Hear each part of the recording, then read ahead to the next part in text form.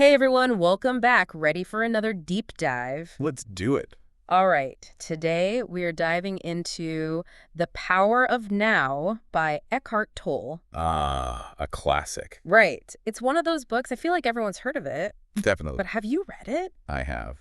Multiple times, actually. Yeah, it's one of those ones you can keep coming back to. Totally. Because it's not like a linear self-help book, Exactly. And that's what I love about it. It's not about like, do these 5 steps and your life will be perfect. It's more about shifting your relationship with your own mind. Yes, it's about waking up to what's already here. Yes, and kind of seeing through the illusion of all the mental chatter. Because most of us, we're so identified with that voice in our head, we think it's who we are, right? Right. It's like we're on autopilot most of the time. And that autopilot can really take us for a ride. Oh, yeah. So Tolle's big idea, and we'll be unpacking this more, but he says flat out, you are not your mind. Mic drop moment right there. Right. So if we're not our mind, who are we? That's the million-dollar question, isn't it? And Tolle would say, you're not going to find the answer by thinking about it. Because the mind, that's where the problem started. Exactly. So Yeah. it's more about experiencing it directly, and that's where the now comes in. Okay, so we're not our thoughts, but if we're constantly thinking about the past or future, we're missing out on the present moment. This is where Tolle brings in a really interesting point about, of all things, religious teachings. It is kind of unexpected, right? You think, the power of now, what's that got to do with religion? Yeah, but he's not talking about dogma or anything. No, it's more about the essence of these teachings, like don't worry about tomorrow. Oh, right. He says, if we truly grasped that, if we really lived as if this moment was all we had. Which it kind of is when you think about it. Exactly. How differently would we live? It really makes you think, right? Okay, to bring it down to earth a little, Tolle tells this almost funny anecdote about ducks. Ducks, okay. Yeah, have you ever seen them after they've had like a little scuffle? Like a little duck fight. Yeah, they flap their wings like crazy. But it's not to fight more, it's to literally shake off the bad vibes. It's their way of returning to the present moment. And it makes you wonder, what are our wing flapping moments? What helps us hit the reset button? Is it that morning run, that first cup of coffee, Yeah. blasting music? Right, whatever gets you back to center. Because we all need those moments, don't we? Totally. Hmm. Okay, shifting gears a bit. One thing that really struck me is how Tolle views the body. Oh yeah, that's a good one. For so long, I thought spirituality was about detaching from the physical world, like Yeah. transcend the body, that kind of thing. Right, like the body's the enemy. But Tolle totally flips the script on that. He does. He says it's not about escaping the body. It's about using it as a portal to a deeper awareness. Yeah. Exactly. He's got that whole section, the Sermon on the Body. Yes. It's so powerful. I love that part because it's like, instead of thinking, this body always needing food and sleep and all these things, it's more about how can I tap into the wisdom of the body? Because it does have its own intelligence. Oh yeah, for sure. And he uses this great analogy. He says, we're like a ripple on the surface of a vast ocean. Okay, I love this analogy. And awakening is realizing our true identity is that ocean, not just the fleeting waveform. So we're not separate from it, we're part of it. We are it. That's powerful. Okay, so we've talked about not being our minds and seeing the body as a portal, not a prison. But there's this other concept in the power of now that tends to trip people up. Surrender. Surrender, yeah, that's a big one. It's a loaded word, right? Totally, it can bring up so much resistance, like, I'm not giving up. Exactly, but Tolle's not talking about waving a white flag on your life. It's more about aligning with reality as it is, not how our minds wish it to be. Right, it's that constant resisting of what is that creates so much suffering. Oh, totally. And this is so relevant in relationships. Because I know I've been guilty of this, trying to change my partner instead of accepting them fully. Oh, we've all been there. Spoiler alert, it never works. It's like we have this image in our heads of the perfect partner, and we try to squeeze the real live human being into that box. Right. And Tolle would say that's the opposite of surrender. True transformation in any relationship, in any area of life, comes from a place of presence, not resistance. Yes. It's about showing up as you are and letting the other person be who they are. Okay, so it's about accepting our partners, ourselves, warts and all. With compassion. Yes, but that doesn't mean accepting bad behavior. Exactly. It's not about being a doormat. Healthy boundaries are still important. But surrender, in this sense, is about recognizing what we can and cannot control. We can't control someone else's actions or reactions. Right. But we can control how we respond. Okay, that actually makes it feel more empowering, not less. It's like I'm choosing how I show up in this relationship, regardless of what the other person is doing, which, let's be honest, that's a lifelong practice. Oh, tell me about it. Surrender is not a destination, it's a journey. Right. It's like this ongoing dance. This reminds me of how Tolle describes dealing with the pain body. You know, that collection of past emotional hurts we all carry around. Oh, yeah, the pain body. That's a good one. It's like this invisible weight we're carrying around. Totally. It took me a while to wrap my head around that concept at first. Like the pain body, that sounds kind of out there. But then I realized how much our past pain can hijack our present moment experience. Oh, absolutely. It's like that knee-jerk reaction you have to a certain type of comment, Right. or that wave of sadness that seems to come out of nowhere. Tolle would say, that's the pain body rearing its ugly head. Yes. And then we wonder why we feel so triggered. It's like, well, this thing's been festering under the surface. Exactly. And if we try to ignore it, push it down, it just gets stronger. It's like trying to put out a fire with gasoline. Exactly. Tolle says it's only going to make it worse. Instead, we need to bring it into the light of awareness. Observe it without judgment. So instead of thinking, ugh, not this anxiety again, it's more like, huh, interesting. There's that feeling. Hello, pain body. I see you. Right? You're no longer merging with it. You're creating that separation. And you know what's fascinating? What's up? Tolle says the pain body can't survive in the light of conscious awareness. It's like shining a light in a dark room. The darkness simply vanishes. Okay, that makes sense. But how do we actually do that in the middle of, say, a heated argument? Because that's when my pain body loves to come out and play. It takes practice, for sure. It's about creating that space, Yeah. that tiny gap, that pause between the stimulus and your reaction. Easier said than done sometimes. It is. But even a deep breath can be enough to shift out of that reactive mode. Tolle talks about becoming like a deep lake. Oh, I love that analogy. Tell me more. So the surface of the lake, it might be choppy with waves, right? But deep down, there's this stillness. And that stillness is always there. So the surface is like our thoughts and emotions, always in flux. But our true nature, that deep stillness, is always accessible, even when we forget it's there. Yes. It's about learning to access that stillness more and more often.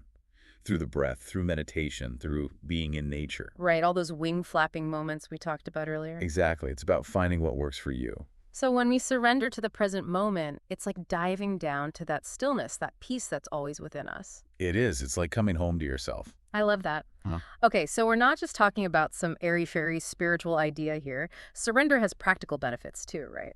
Oh, absolutely. I mean, there's a ton of research now on mindfulness meditation, which is essentially about training your attention to stay present. Right. And studies are showing it can reduce stress, improve sleep, even boost your immune system.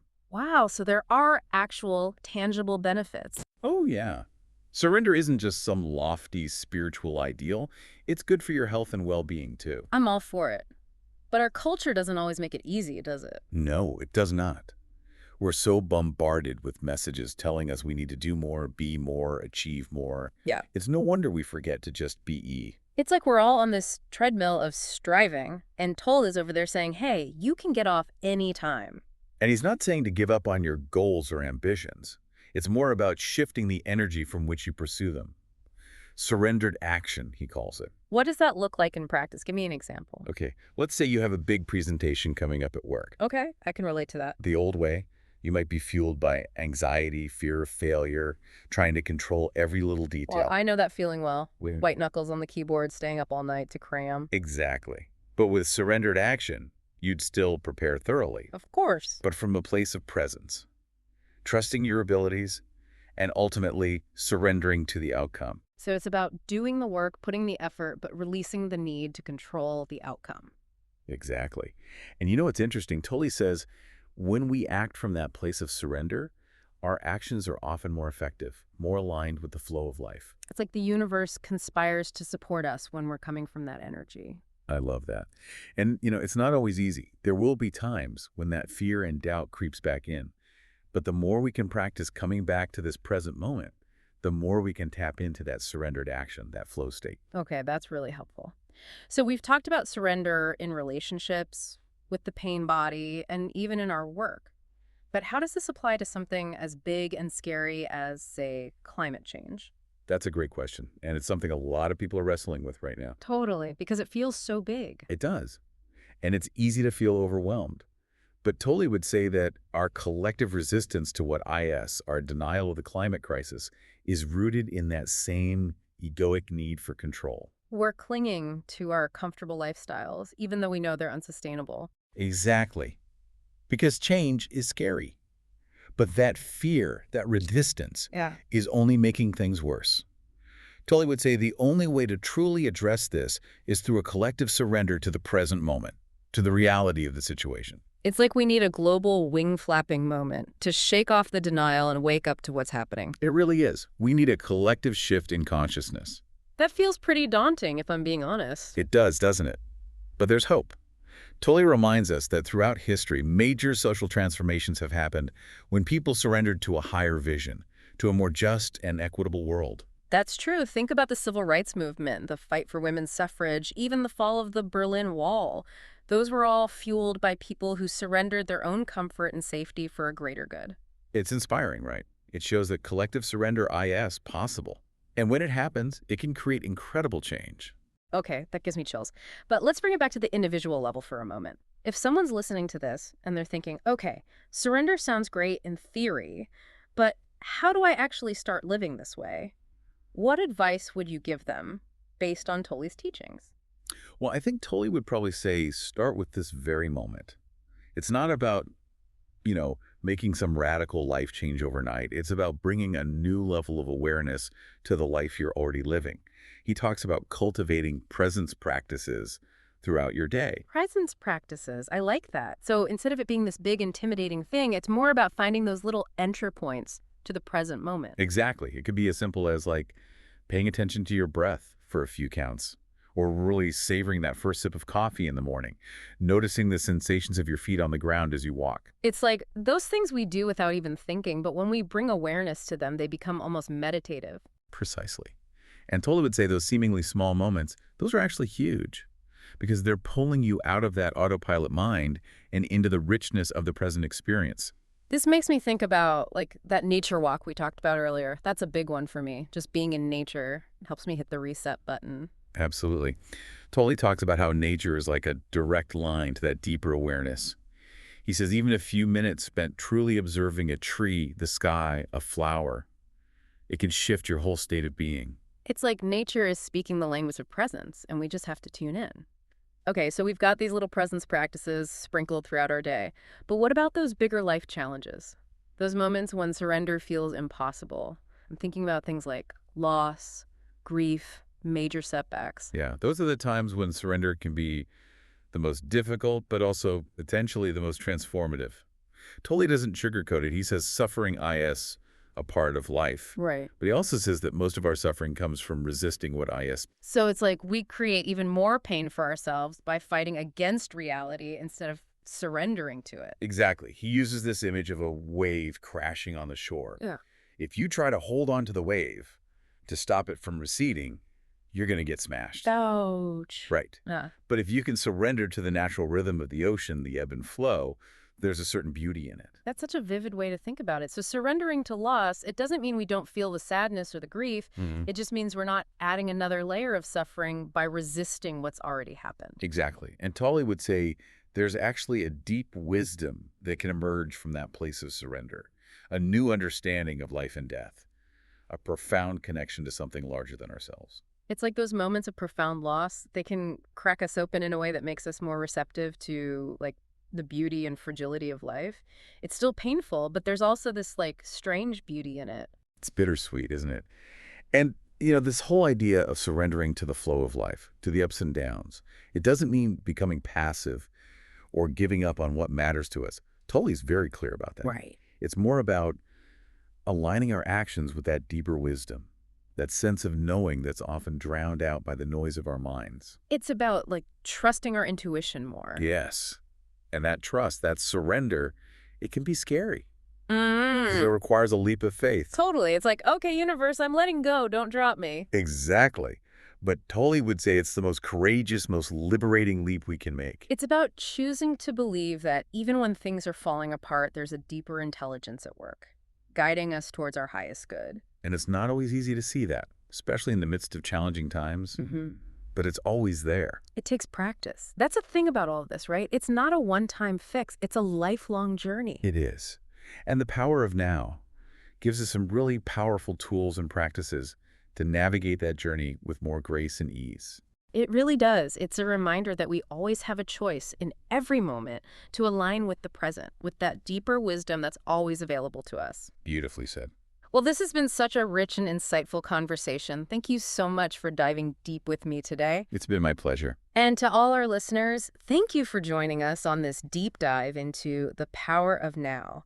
We hope you found it helpful and inspiring. And remember, the power of the now is always with you. Until next time, happy diving, everyone.